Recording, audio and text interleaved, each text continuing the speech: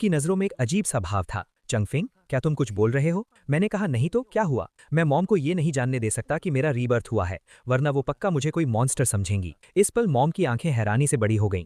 वो मुझे पूरी तरह से शॉक और कंफ्यूजन के साथ देख रही थीं। डैड बोले, रुयान रोना बंद करो, अब से यही तुम्हारा घर है।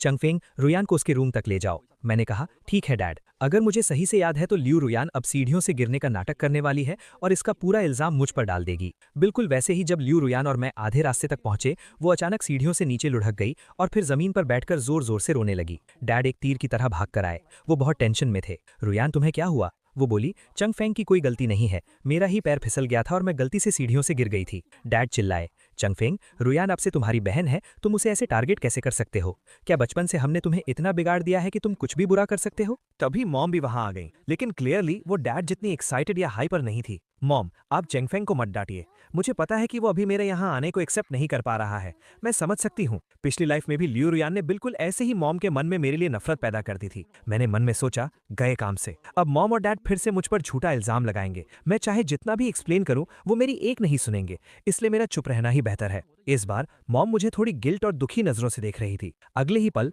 मॉम ने लियू रुयान को एक जोरदार लात मारी, जिससे उसकी आंखों के आगे तारे नाचने लगे। मॉम बोली, मैंने अभी बहुत क्लियरली देखा है तुम खुद गिरी हो। तुम्हारी हिम्मत कैसी हुई चेंगफेंग पर झूठा इल्जाम लगाने की? तभी मैं सोचूं कि अडॉप्ट होने के बाद भी तुम्हें वापस क्यों भेज दिया गया था। जो लोग बेचारे लगते हैं, उनके अंदर कोई ना कोई घिनौनी बात जरूर होती है। लियू रुयान रोते हुए बोली, मैंने जानबूझकर नहीं किया। डैड ने बीच में आकर कहा, रुयान को हमेशा से टॉर्चर किया गया है। उसके अंदर सिक्योरिटी की कमी है, इसलिए हो सकता है कि उसे कुछ चीजों को लेकर मिसअंडरस्टैंडिंग हो गई हो। ये सब बस एक गलत फहमी है। तुम इतना सीरियस मत हो, बच्ची डर जाएगी। तभी मुझे साफ साफ महसूस हुआ कि मॉम डैड का सच सबके सामने लाने की तैयारी कर रही हैं। मैंने मन में सोचा, अगर इस वक्त डैड की पोल खोली गई तो वो कभी अपना जुर्म कबूल नहीं करेंगे, बल्कि वो अलर्ट हो जाएंगे। आखिरकार डैड के पास अभी कंपनी के बहुत सारे शेयर्स हैं और दोनों भाई भी पक्का डैड की ही साइड लेंगे। नॉर्मली डैड एक लविंग फादर की तरह बिहेव करते हैं और मॉम एक स्ट्रिक्ट मदर की तरह।